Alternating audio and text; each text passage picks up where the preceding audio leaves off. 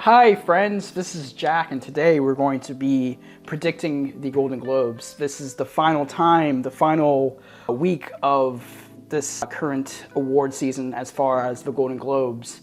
The Golden Globes is on Sunday, and it's a perfect time to really predict all these categories. I'm gonna go from like the bottom to the top of all of these categories. I'm like very autistic with this shit. I love stats. I love analyzing just narratives and overall the whole entire award season race. This is my blood, man. Like, I really love it, and I think it's definitely the perfect time to do this. So yeah, let's kind of like dive into this predictions video for the Golden Globes. So we're gonna start with the easiest category to pick out, in my opinion, which is Best Original Song. And I'm gonna go with Golden for K-pop Demon Hunters. It's been doing pretty well, guilds-wise, critics-wise, regional-wise. And yeah, like there's nothing really else to kind of like challenge it except maybe I Lied to You by the people from Sinners. And yeah, anything else in this list doesn't really choose as a potential winner, but you never know. The Golden Globes really loves to throw a lot of like curveballs. But I think right now, Golden is definitely going to sweep this season unless I Lied to You really does a number here and at other places. So yeah, my final prediction for Best Original Song goes to Golden from K-pop Demon Hunters. And then next with Best Original Score, I have Sinners at number 1 and One Battle After Another at number 2. I think Ludwig right now has a really good shot of sweeping the score category for the award season right now. Yeah, sure, he has won before, especially with Oppenheimer just a few years ago. But listen, man, I think his score for Sinners was very revolutionary and actually had a lot of interesting sounds throughout that film. But, you know, my perfect winner would be Surat by Kang Ding Ray. I think that score is just hypnotic, psychedelic, and just probably one of like the best original scores in my opinion. But I do think if Sinners doesn't win here, Johnny Greenwood for One Battle After Another has a really good shot of taking the award. We haven't really seen Johnny Greenwood win a lot of like prizes this season, and also just in general, I think it's just a really good time for him to finally get his Oscar and get a lot of wins now. So yeah, overall, I still think Sinners is going to take it, but I'm looking out for One Battle After Another. And then next, we have a category which I do not understand why it's here, but it's just a thing that exists with this awards body. But yeah, the Best Cinematic and Box Office Achievement Award. Listen, I know a lot of people are arguing for K-pop Demon Hunters, but it's a Netflix movie. It dropped on Netflix. It did have a theatrical release for like a short amount of time, but it didn't like break box office numbers. You haven't really heard a lot of like the numbering with that film as far as the box office. There could be a potential win for Avatar Fire and Ash, you know, just because it just got another billion with the franchise. But I'm going with Sinners because there could be a potential thing where Sinners loses out with the Best Drama category, and then from there, it just wins here for cinematic achievement and box office achievement, just to say, hey, like, you win here. It was kind of like the same situation with Barbie. It won here with this category, and Greta Gerwig gave a really great speech for that film, so I can definitely see Sinners just taking it here, and then, you know, the rest of the categories we'll kind of talk about a little bit later. But for now, I'm going for Sinners, and I think that's like a great lock for me personally, and I think for everybody who's trying to predict this category. And then next, I have Best Animated Feature. Yeah, this is another one where I'm just like, yeah, it's gonna be K-pop Demon Hunters. It's gonna win. I don't really see Zootopia 2 really taking any prizes right now, especially here at the Golden Globes. But remember, the Golden Globes are very esoteric, and they really like international films, especially if it's animated. They did a really great number for Flow just the last season, which was really, really nice, and actually helped a lot with the overall narrative of that film. So that's why at second place, I have Little Amelie. Now, sure, I wasn't like the biggest fan of this film, but I really liked the animation and just the whole overall kind of style of animation with this film. And I think it's a really great like film to kind of like choose if you really don't like the other choices that you have here, like Arco. I haven't seen Arco. Neon has done a really shitty job with its release. It's kind of like the robot movie from a few years ago that Neon dropped late into the award season. I caught it like way late into the season, and then it premiered I think like a little bit later after the Oscars ended. But yeah, Arco, like I don't really see it going anywhere. Leo's just happy to be here. Demon Slayer is just really nice to be here. Like I haven't seen the movie, but it has its fans, and it would be really cool if it actually wins here. But I'm going with K-pop Demon Hunters. It's the only like viable animated feature here on the list, but I would be very happy to see Little Amelie take it. Next up, I have Best Non-English Language Picture, and I'm going with Sentimental Value at my #1 choice here. Reason being is because, sure, it has kind of like fallen off a little bit with its power. Earlier in the season, we thought it's going to be like a juggernaut as far as like an international feature potential winner.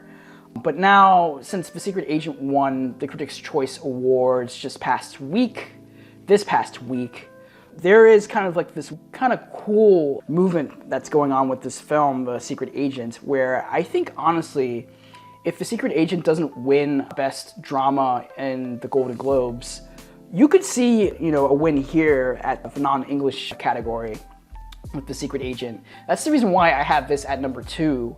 But I do think Sentimental Value has a slightly better shot here because of its nominations, especially with its acting category nominations, and just the way this film has kind of like touched a lot of people's hearts and minds when you do watch the film. But yeah, like I do think the Sentimental Value is it's just a good movie to really choose from here. It would be really nice to see It Was Just an Accident take it here, or Surat. This whole category is actually really great. It would be really cool also to see like No Other Choice or The Voice of Hin Rajab taking it, but you never know. Like the Golden Globes are very esoteric, especially now since they purged a lot of voters from, I think it was like 4 years ago. So now it's going back to its old ways, but also at the same time, it's embracing a lot of like international performances and movies. And yeah, like I think that the reason why I do have Sentimental Value here at the #1 spot is just because of that. So yeah, I have Sentimental Value at #1, but you know, look out for The Secret Agent. And speaking of international features, next up is Best Screenplay. At #1, I have It Was Just an Accident, and I'm going, you know, out of my comfort zone and picking this choice here because of the way I'm perceiving this category. Just going back to what I said before, the Golden Globes purged a lot of voters back a few years ago. They took a lot of voters out of the pool who were violating a lot of rules. And from there, when you take all those like voters out and you apply a lot of international journalists and people who are very receptive to the Cannes winning films, then you kind of like have to think about the formula that's brewing in our minds. Just a few years ago, Anatomy of a Fall took the prize away from, I think, some other big contenders that we thought were going to win in that category. But yeah, Anatomy of a Fall took it here in this category. So the way I'm thinking about it, I'm thinking that It Was Just an Accident is going to take it here because Jafar Panahi, his entire career hinges on this film, especially the way the film is shot, edited, dialogued, and just the overall just like combination of just how this film was made and constructed. And this would be like a perfect win for Jafar Panahi, and it would also help him a lot this season because he's kind of like slacking as far as like nominations around places that we usually, you know, pay attention to. So that's why I have It Was Just an Accident here at #1. That's the risk I'm going to take. Although I do think Paul Thomas Anderson has the perfect shot to win here. He's been winning in a lot of places, and it's just, you know, his time to finally get multiple awards for this film. So that's why I have him here at #2. And at a solid third, I have Sinners for Ryan Coogler, who could also take away the award from these other two people that I have here. And the rest of the crowd is just super happy to be here. So yeah, I have It Was Just an Accident at number 1 for this category. I'm taking that risk. I'm just ready to, see and kind of like hear if this actually does happen. Oh man, this next category is just going to be a head scratcher and a thing where I'm just gonna completely just reel in just like the intensity, because Best Supporting Actor is just a nail biter. Last week we just saw Jacob Elordi take the Supporting Actor prize at Critics' Choice unexpectedly. We didn't think that this was going to happen, but it did, and now we're kind of like panicking, trying to figure out whether or not Jacob Elordi can take the Golden Globe award away from these big contenders in this category. Now, here's the thing. I would really like to see Jacob Elordi win this prize and take it all the way for the Oscars. That would be a really cool win for Jacob Elordi and his entire career as of late. But again, just going back to what I've said before with the whole voter purge and just the way the Globes are going full international, I honestly think Stellan Skarsgård has a really good shot of winning this award here at the Golden Globes. And I think the reason being is just one, the movie is strong here, it's showing out here, but also the performance itself. Sure, it's more of a leading performance if you actually watch the movie. He is the anchor of all the characters. But even then, he does have sort of like smaller screen time compared to his other partners. But yeah, man, like I think Stellan Skarsgård just has a really good shot here at the Globes to win it. And if he does win here, then the race is just going to be very interesting. You're going to see either Elordi or the One Battle After Another boys fighting out for the Oscar. So yeah, I think Stellan Skarsgård, for me, makes total sense. I think for some people it will make total sense. But I won't blame anybody for, picking Jacob Elordi at number 1 for this category. Just the way it's going right now. But you would be not surprised if Stellan Skarsgård actually takes it here. So yeah, that's the reason why. And this next category, I have Best Supporting Actress. And number 1, I have Amy Madigan for Weapons. And at a firm number 2, I have Teyana Taylor for One Battle After Another. Amy Madigan won the Critics' Choice Award for Best Supporting Actress just last week.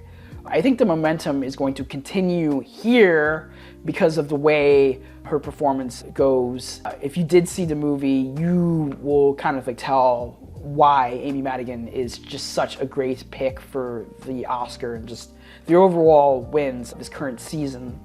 But I do think if the Golden Globes are really, really high on One Battle After Another and they want to just like give more prizes to this film, Teyana Taylor has a really great shot of winning this category. Even though her performance is one of those performances that has just limited screen time, even when she leaves the film, you're still thinking about her. So that's why I have her at a firm number 2. And number 3, I have Inga, Ellie at number 4, Ariana at number 5, and Emily Blunt at number 6. I don't really need to explain myself with these other people, maybe except Inga, who should kind of be, that really low-key winner for this category. Kind of like the same thing with Borisov last year with Honora. He didn't win, but he got nominated, and it was just a really nice surprise. And then eventually he kept on getting nominated everywhere, and it was just like, oh, this is really cool. And Inga is that very low-key, quiet performance that really sneaks up on you and really makes you feel for like the overall narrative of the film that they're in. So yeah, like that's why I think I have her at a firm number 3. And sure, Ellie Fanning is the more showier performance, but the Globes actually really do like kind of like low-key performances nowadays compared to 10 years ago where they were just picking out big name actors. But yeah, that's why I have Amy Madigan at number 1, Teyana Taylor at number 2, and Inga at number 3, and the rest, I don't really need to explain myself. Ariana Grande, this is her last shot. I say this wholeheartedly, this is her last shot. If she loses the Globe here, it's done. She does not have a path to win. Although, I do think if she does take the BAFTA, for some crazy reason, there could be a chance of her winning the Oscar, but I highly doubt that. I'm taking it in as a way where the film itself has kind of like fallen off of its radar. Nobody's really talking about its like, you know, award potential winning situation with that film. Ariana Grande is just really happy to be nominated again for the same role, even though the role is more expansive. But yeah, like this is it. This is done for her if she does not win the Golden Globe. So yeah, unfortunately, this is the end of the road for Ariana Grande, and if it does happen, then rest in peace, man. Rest in peace. And then we get to Best Actor in a Musical or Comedy, and this is where the fun begins, man. I have Timothée Chalamet at number 1 for Marty Supreme. He just won the Critics' Choice Award. People are wilding out with his win over there, especially on the internet. I kind of want to like talk about it expansively, intensively with that, as far as Timothée Chalamet potentially being the Oscar villain of the season. Dun dun dun. But we'll kind of like talk about that a little bit later. I'm kind of like waiting and seeing if he wins this Globe Award. If he does win the Globe Award, then get ready for that video because I have lots of thoughts with that. But that's far out. Let's kind of talk about some other potential people who could actually take the award away from Timothée Chalamet. Ethan Hawke, his performance in Blue Moon is just exceptional. One of the best performances of the year. A career best. It's a really great day for Ethan Hawke if he does actually win the Globe here. I'm totally ready for it. This guy has like given us like great performances after great performances. He's like the white Denzel. Sorry, like I gotta like put it out there. But yeah, man, like this guy can just fucking act and like give a lot of like great range. So why not him actually winning here, taking it away from like Timothée Chalamet and actually like putting a firm foot in the race right now. If that does happen, like I'm going to be very happy. And I will actually be happy with these other picks over here because the rest of the picks are really great, maybe except George Clooney, who is deader than dead. R.I.P. Jay Kelly. He ate too many cheesecakes. He died from a stroke. R.I.P. man. But anyways, the rest of the cast here, aside from George Clooney, have solid to, you know, slight shots here. Leo, it really depends if One Battle After Another is one of those films that it's just overperformance. They really love the film. They're just like, okay, fuck it, we'll give it to everything. This Leonardo DiCaprio, let's give it to him. But there's not really a need for him to win. He has other prizes from before, and it's just like one of those things where it's just like, he's happy to be here.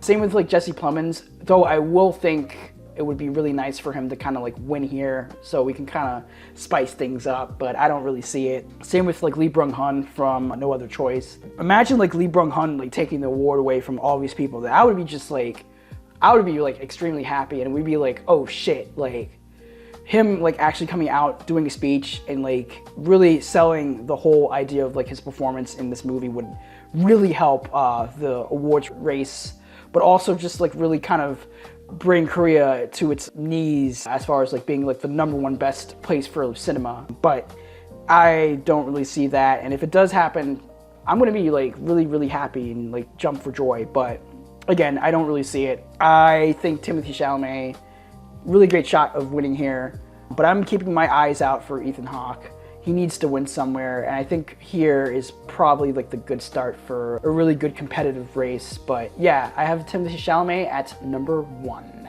and Ethan Hawke at #2. So coming out of, let's try this again. So coming up next, I have Best Actor in a Drama. I'm starting with Wagner Moore at #1 for The Secret Agent, and Michael B. Jordan at #2, Joel Edgerton at #3, and the rest of the category we kind of don't really need to talk about because the rest of the people here don't really have a great shot of winning. But let me highlight the 3 here. Wagner Moore for The Secret Agent could actually repeat last year with Fernanda Torres winning Best Actress, shockingly, for her performance in that movie last year. But the Brazil hype can continue with Wagner Moore, and reason being is, one, these international voters and journalists who are in the Golden Globes circle are really attentive to the Cannes winners, especially The Secret Agent winning Best Director and also Best Actor at Cannes. And sure enough, the momentum behind this movie has kind of like risen up, especially now winning the Critics' Choice Award for International Feature. And the package is just, it's totally there. Like if it does win International Feature here at the Globes and Wagner Moore, it gives like a really great shot for him to potentially spoil for the win at the Oscars. He's a firm, number 5 at the Oscars, but this whole package thing could actually help him in the end if it does happen. Now, number 2,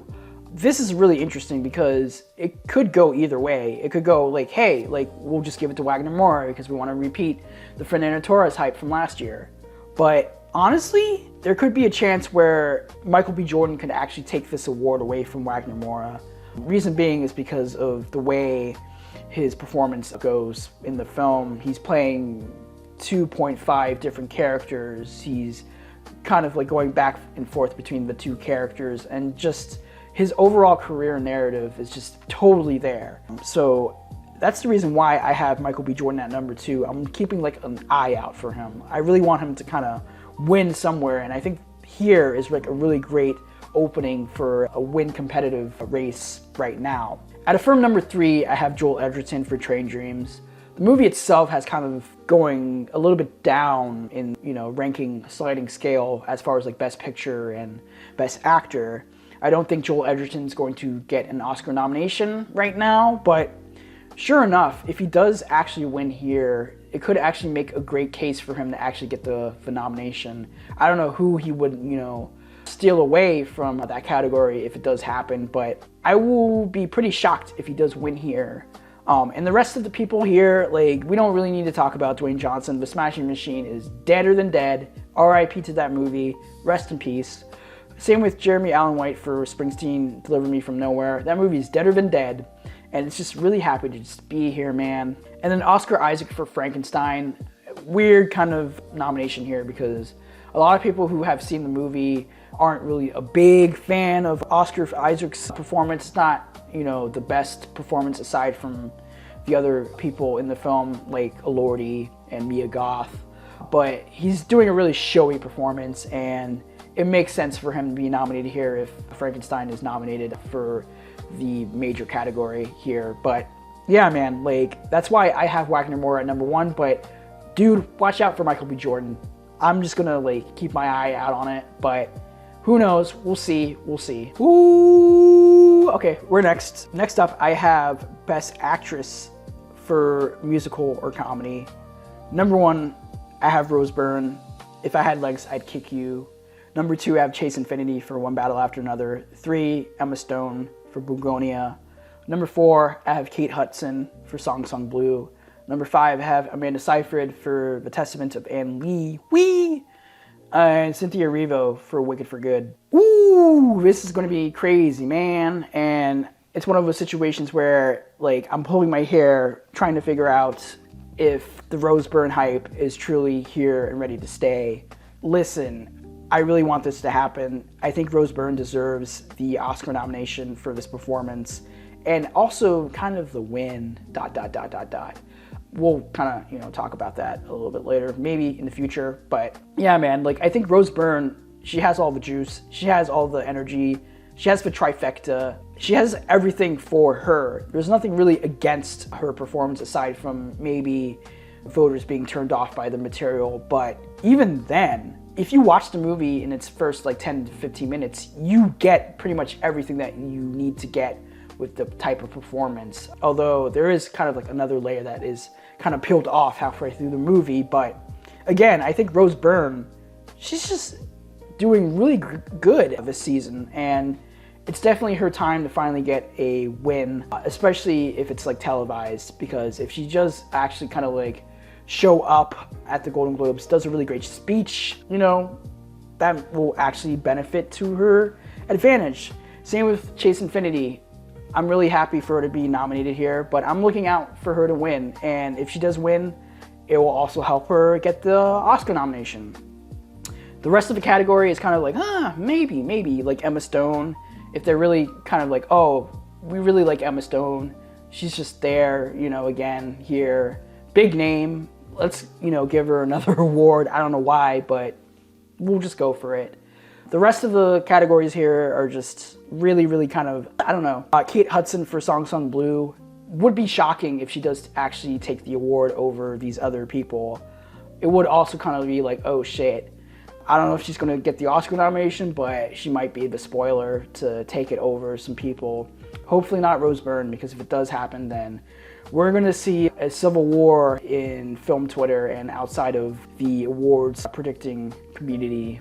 But yeah, I don't know. We'll see. Same with Amanda Seyfried, which the movie itself has kind of fallen off because of the way Searchlight is promoting The Testament of Anne Lee. It's not promoting too much in the theatrical space, unfortunately, but I would love to see Amanda Seyfried take the award here. And Cynthia Erivo is deader than dead. The Wicked Witch is dead. Wicked for Good is dead. There's just a happy sense of just like, yeah, she's nominated for the same role again. But at what cost? It's just a placeholder, unfortunately. But yeah, man, that's my best actress predictions for this category for musical or comedy. So we continue on with the next category over here, which is best actress in a drama. At number 1, perfectly placed, I have Jessie Buckley at number 1 for Hamnet. Number 2, I have Renée Reinsve for Sentimental Value. Number 3, I have Jennifer Lawrence for Die My Love. Number 4, Eva Victor for Sorry Baby. Tessa Thompson for Hedda. And then number 6, I have Julia Roberts for After the Hunt. You know, as we continue to slide down this category, we'll kind of like see and think and hear that these people have solid to no shots of taking the award over from Jessie Buckley, who is sweep material right now. This is just an easy category to just predict. I don't really have anything else to say about this category. I'm just really happy that these other people were nominated, especially Renée Reinsve, Eva Victor, Tessa Thompson, Jennifer Lawrence, even Julia Roberts, which the movie itself after wasn't a big thing. But yeah, like this is just a great category, but Jessie's going to take it. I don't really see anybody else taking it here. So yeah, let's move on. Next up, I have Best Director. At number 1, I have Paul Thomas Anderson for One Battle After Another. And number 2, I have Ryan Coogler at a firm, very great spot. And then number 3, I have Chloe Zhao for Hamnet. Number 4, Jafar Panahi for It Was Just an Accident. Number 5, I have Frankenstein for Del Toro. And then at a firm 6, I have Joachim Trier.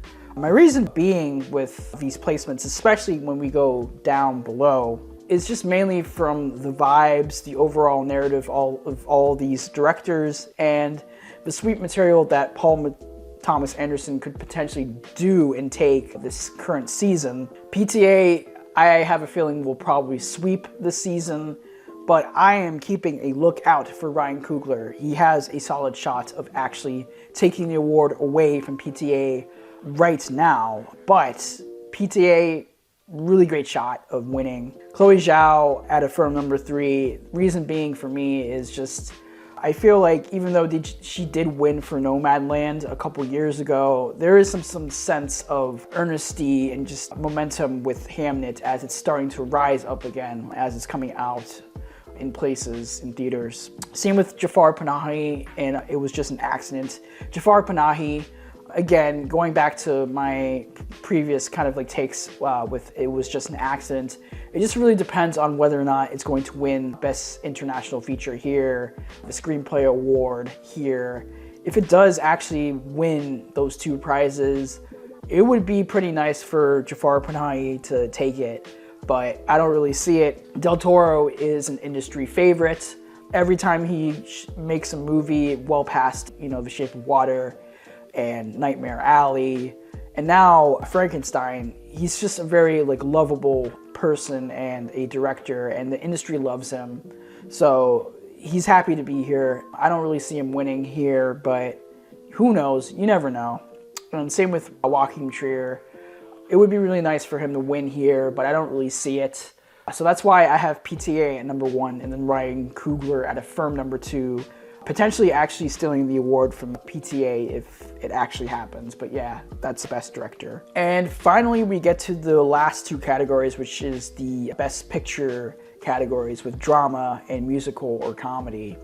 With musical or comedy Best Picture, I'm going with One Battle After Another. The momentum for this movie has been on a high rise, and it is sweet material There's no, against criticisms with this film as far as it winning everywhere and, potentially kind of like being curbed here at the Globes. However, I do think if there is a day where there is an upset, Marty Supreme is just right around the corner to steal the thunder away from One Battle After Another.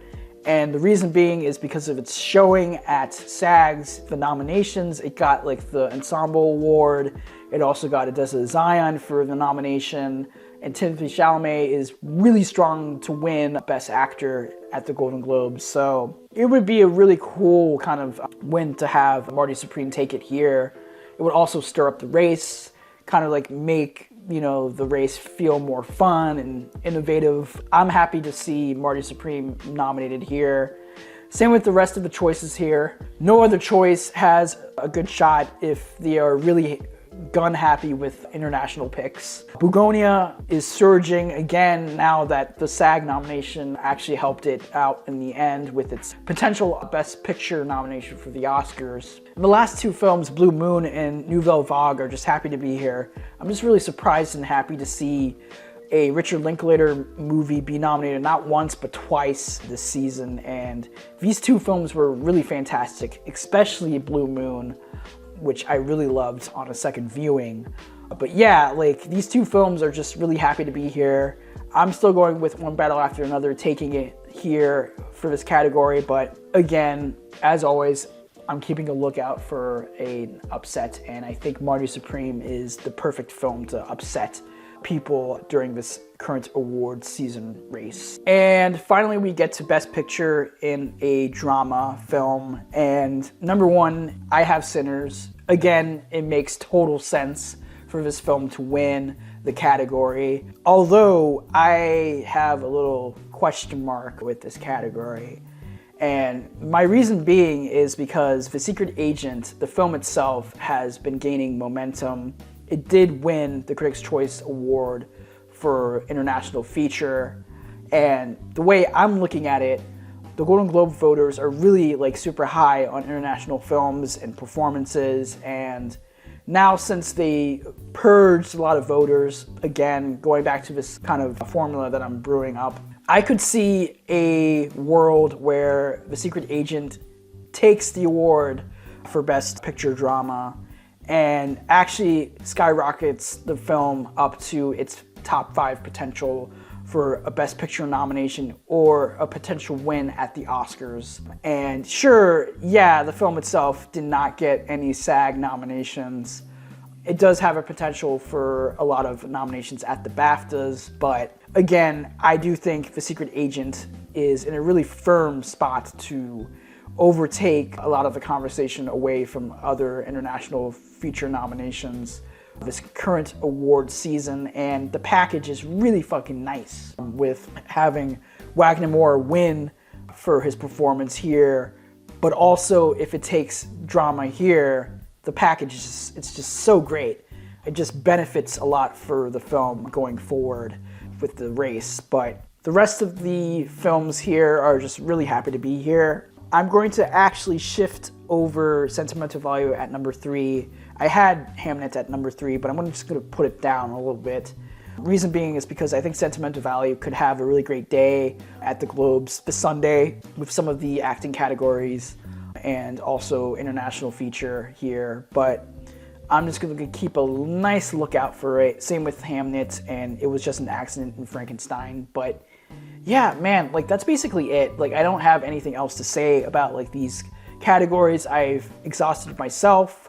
I've exhausted your time, and now we get to the actual ceremony on Sunday, and I might actually react to the ceremony live, either through YouTube or just like, pre-record, edit, do whatever. But like, share, subscribe, do whatever you can to spread the word out for this video and just other videos that I have made on this channel. I'm going to do more awards predictions well into the season and, reviews for upcoming films. So keep an eye out for all that. And also keep an eye out for another video that I'm brewing up in my mind. And yeah, it's going to be a really interesting video if it actually happens. But yeah, man, that's basically it. Thank you guys so much. Peace out.